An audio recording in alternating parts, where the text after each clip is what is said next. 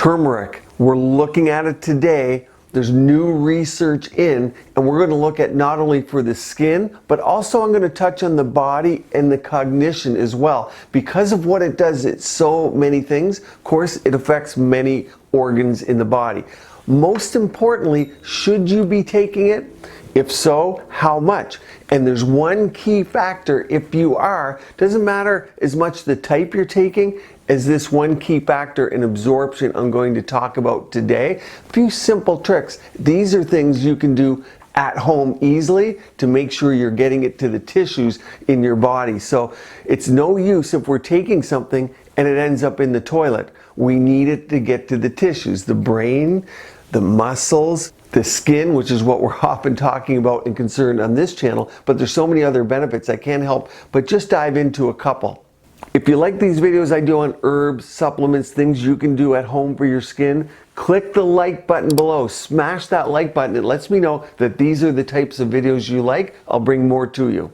So it's referred to as a blockbuster botanical and the hottest new herbal remedy on the market today. Might sound odd to say that, hottest new herbal remedy on the market today, but I'm going to tell you a little bit about why.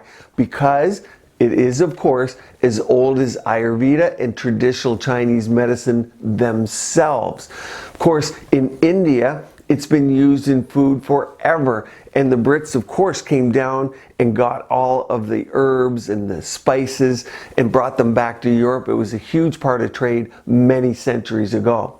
It is definitely an original. The only difference now is that it's mainstream. Consumers are catching on to its time-tested benefits, but most importantly, researchers are carrying out studies to elucidate those findings. And I'm going to tell you a little bit about why. Understand, things aren't researched unless there's money to be made. Sad as it is to say that, that is the way. When we talk about dermal fillers and filler migration, and I always say how people think they last 1 year or 6 months, companies have studied the effect of the product in the face for a year, but they don't follow it then for the next 6 years. We know these things last much longer, but studies are done to make money. And it's no different when we're talking about supplements, herbs, and all the drugs that people are, in many cases, pushed to take. A lot of these supplements do so much good, they just haven't been studied, but there is resurgence for this one. So what are some of its properties that make it work globally within our body? Well, number one, it's an antibacterial, it's an antifungal, it's an anti-inflammatory, an antioxidant, and of course, there's cancer benefits. This is being more and more studied because as difficult it is to say this, the drugs sometimes for the cancers aren't working as well, but if you add something like an herbal supplement like this to it, if you add turmeric or curcumin to it, and you get a better response, it makes the other drugs look better. So we kind of have to take the good with the bad here and say, you know what? The benefit is we're looking at turmeric. The negative is it's a concomitant study usually. So to understand how turmeric is regaining popularity, we need to look at why it was on top in the first place. What endears this golden root to its users is the capacity to calm inflammation. With skin, and everything else we're going to be talking about today, but particularly you hear me talk all the time about skin and inflammation. When we talk about retinols, when people say how much should I use, is more better? Can I get my treatments every month instead of every 3 months? We're always trying to reduce long-term inflammation, not necessarily short-term, but long-term inflammation. And for turmeric, it's this capacity that the scientists now are recording in all the organs, different organs in the body. Curcumin is a natural anti-inflammatory. It boosts the antioxidant capacity as it neutralizes free radicals, while also, and this is key, stimulating the body's own antioxidant enzymes. That's huge. If it's sufficiently absorbed, it's been proven to bring a wealth of these benefits. And the absorption, again, is something that we're going to be talking about. So the resurgence of why people are looking at it, part of it is this crossover potential. It's been spurred by the most recent growth in studying this in sports nutrition. Now you get it. And they represent a huge portion of our population, thus this resurgence. In fact, more research went into print in 2020 than any other year in prior history for turmeric. So the scientific investment remains strong. Now you're hearing me talk about curcumin, and that's just the active ingredient in turmeric. Consider the activity in the brain health field. Studies have demonstrated an association between inflammation and 5 domains of cognitive health: memory, construction, language, psychomotor speed, and executive function. As a potent antioxidant, curcumin has been clinically shown to deliver protective effects against several neurodegenerative conditions associated with high levels of inflammation and oxidative stress. Very amazing. Now, arthritis, I want to look at this with you because it's so important, and then we are going to get to skin and how to take it, but this is absolutely amazing. This is the safety and efficacy of curcumin versus diclofenac. Diclofenac is a powerful anti-inflammatory, very powerful. We give it to people with very bad shoulders, very bad knees. It can tear the gut up. There's a lot of side effects. It thins the blood. These are people with osteoarthritis. It was an open label, okay, parallel arm study. But let's look, I'm not going to spend too much time on this one, but I do want you to see the results of this and a little bit of the methods because it was quite phenomenal to me. If we look here, it was a randomized open label, like we said, 139 patients. It's a good amount of patients. They were, and we're going to talk about dose when I talk about how to take it, but they received 500 milligrams of curcumin. It's about 3 milligrams per kilogram is the accepted dose. So many people take 250 milligrams. So this is about double that. And they took it 3 times a day. So it's a pretty big dose. The diclofenac was a 50 milligram tablet twice a day, and that's a standard dose. Actually, it's a little on the higher side, but it's a good dose. Definitely one that would give an effect, and it's a very predictable drug. And then patients were assessed at baseline 7 days, 14, and 28 days. If we come down, let's look at the results. At day 14 and 28, diclofenac's not something you want to take for a long period of time because you get a GI bleed, you get a lot of problems. It's hard on the gut. But they showed, look at this, similar improvements in severity of pain and on their scales with diclofenac and the curcumin. The difference was not statistically significant at day 7. The patients who received curcumin experienced significantly greater reduction in the number of episodes of flatulence compared with the diclofenac, so it was better tolerated in that sense. At 28 day, a weight lowering difference effect, very interesting because people do take curcumin for weight loss, and an anti-ulcer effect of curcumin were noticed. None of the patients required H2, or commonly known as ranitidine. H2 blockers are for ulcer, stomach acid, in the curcumin group, whereas 19 patients required it in the diclofenac group. So, you know, stuff we study, stuff we give out isn't always the best. So a lot less adverse effects. In the conclusion, curcumin has a similar efficacy to diclofenac, so it works as well as diclofenac, but demonstrated better tolerance among patients with knee osteoarthritis. It can be an alternative option in the patients with osteoarthritis who are intolerant to the side effects of non-steroidal anti-inflammatory drugs.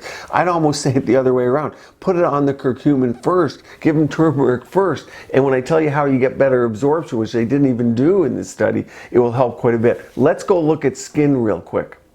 So if you're interested, you can read this one. It's a large article, and this is 2019. I'm going to read a little bit of the abstract because it's important. It's a compound isolated from turmeric, the curcumin is. That's why we're talking about curcumin. They're not interchangeable, but curcumin or curcuminoids, kind of a mouthful, are the active ingredients in turmeric. It's a plant known for its medicinal use, as we talked about. There's growing interest, as I told you, in the medical community in identifying novel, low-cost, safe molecules that may be used in the treatment of inflammatory and neoplastic cancer diseases. Long overdue. An increasing amount of evidence suggests that curcumin may represent an effective agent in treating several skin conditions, which is likely why you're on this channel primarily. We examine the most relevant in vitro, so in glass, and in vivo, in life, studies published to date regarding the use of curcumin in inflammatory, neoplastic and infectious skin diseases, providing information on bioavailability and safety profile. And bioavailability is the amount that's available after you take it in to the organs of the body. How much actually gets to where we want it to be, which is important for this product. So look here, this is what I wanted to talk about absorption. I'm going to tell you what I do exactly, but they allude to it. They actually tell you right here. Because it undergoes extensive first pass metabolism, so when you ingest it, it gets metabolized quickly, it's a problem. So what they do is look at what can we take with it that may help absorption. Preclinical and clinical studies assessed that curcumin is poorly absorbed following oral administration. In fact, in rats, only 60% of the dose administered orally was absorbed, with negligible quantities detected in the liver and kidneys up from 15 minutes up to 24 hours. So that's enough to tell whether it's getting there. So negligible, not good, after administration.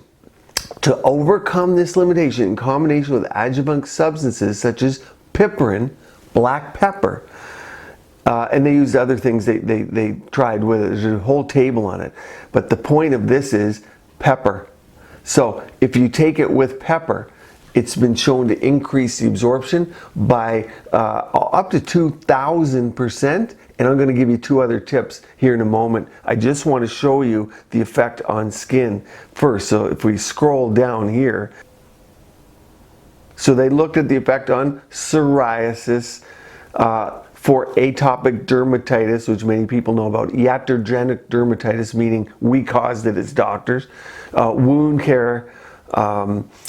They looked at here, this is what we're interested mainly in, is the skin aging. And I talk about it so much, inflammaging. It's a newer term, inflammaging. So if we look at what we're talking about, the human aging is a very complex process that occurs in an intricate biological, physiological setting. We know how intricate it is because we're trying to give you skincare and avoid having devices and facelifts, and it's very complicated. The term exposome has been proposed to describe the totality of exposures to which an individual is subjected from conception to death, including external and internal factors, as well as the body's response. That's why it's so difficult to study aging. Specifically, not clinically evident infections, sun radiations, huge, we talk sunscreen all the time, air pollution. We don't often talk about, a couple videos I do, and I talk about exhaust coming into your cars, huge. We know tobacco smoke pretty well, but inflammation is considered the basis of most age-related diseases. Huge. What does turmeric do? Stops inflammation. So it stops the inflammation. This is complex, but the beauty of turmeric, and why I'm spending this amount of time talking about it, is because it does so many things, affects so many organs in the body, and it can therefore help with the complete aging process. Let's look at these two in particular. This one, 28 women in their 30s investigated the use of a combination gel containing turmeric, however, showed improving signs of photoaging and a significant improvement in skin firmness and self-assessment. We like the fact that self-assessment was improved. That means they felt they looked better. Often people don't believe that they look better. They're the most critical on themselves. So that says something.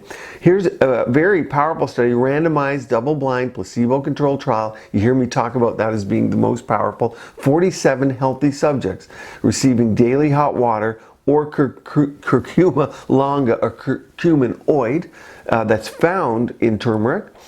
And what they found was the administration of the compound resulted in significant increase in hyaluron production And remember, that's a hyaluronic acid type of molecule from non-stimulated keratinocytes, and in subsequent increase in water content in facial skin. So those are things we want: hyaluronin and water, and that will kind of infer plumpness, support, improve tissues. Besides confirming its anti-inflammatory effects, these results suggest curcumin may represent an effective moisturizing agent. Always I talk about a moisturizer is one of the most important products you use. Often they also have antioxidants. In this case, also anti-inflammatories. Let's pop on. How should you take? How much should you take? How you increase the absorption? What do I take? Now let's talk about what you should take, how you should take it, how much you should take. As you can see, we could sit here and look at the studies for days, but what's an actionable item here? So if you want to get the benefits, let's talk dose. So a lot of people, if you're talking milligrams, would say 250 milligrams once or twice a day. The accepted dose by weight, which is how we do it for many drugs, would be 1.4 milligrams per pound per day, or in kilograms, 3 milligrams per kilo per day. So you can use your weight to determine how many milligrams to take. Now, a lot of people just take the powder form. You're going to say, well, I don't have the pills that give me the milligrams. How do I take a powder? And you have to follow the directions of the one you're using. Most commonly, it's a teaspoon daily. Of course, if you're using it in cooking, you're using it to taste, and a teaspoon would be about right. So that's the dose. How do I take it? There's two ways. Number one is I get the ground root from my grocery store in the organic section. You might find it there. I like that source. But most commonly, I'm using the Kiki brand. It looks just like this. It's 100% organic. It's sourced sustainably from small farms in India. And it is the root form. It's just packaged nicely, and you can go through the ingredient list. I'll put a link below so you can click to it and read more about the one I use. I use that about 80% of the time. It's just more convenient, and a lot of times it's interesting at the grocery store. I think people go and they get on a kick, and it will be all gone from the organic section. The whole vat is gone. So it's a lot easier to take it out of a jar. Now the key is the absorption. We talked about it. This is one of the most important parts of the video for most people because you already know what it does. The dosing, yeah, you're putting it in food, but most importantly is these, I'd say, three things that you can do. Number one is use a good product, which we talk about, organic. The powder, I think, is the best. The next is taking it with fat. And the reason is curcumin is fat soluble. So if you take it with the fat, it enhances the absorption. And you might say, what does that mean to me in real life? For me, I take it with a bit of coconut oil. Almond oil is a good one. And if you don't have oils or you're not cooking with oils, simply peanuts. Peanuts or nuts, cashew nuts, have a lot of fat. So that's a way to increase the absorption by taking fatty foods, not just oils, but that enhances the absorption. And finally, what's been shown to increase absorption up to 2,000 times is taking it with, as we saw in the study, piperin, black pepper. And many people say, oh my God, I can't add pepper. I like spice, not everyone does. But a lot of the studies showed 1/4 teaspoon. So a very small amount or just a pinch of black pepper will help. Because sometimes people put turmeric in teas and different things. They don't want the peppery taste. You do not need a lot. That's the take-home message there. Now there are so many ways to take this product, so many foods you can eat. Some people even put it in with their coffees that they put in coconut oil and different oils. But I want to know from you, what's your experience been? Share your tips in the comments below and let me know how you take it. What's your best source? What turmeric version do you like the best? Share this video certainly with your friends and your ideas down below. I put a complete playlist up here, things you can do at home to keep your skin and body beautiful, healthy, and vibrant.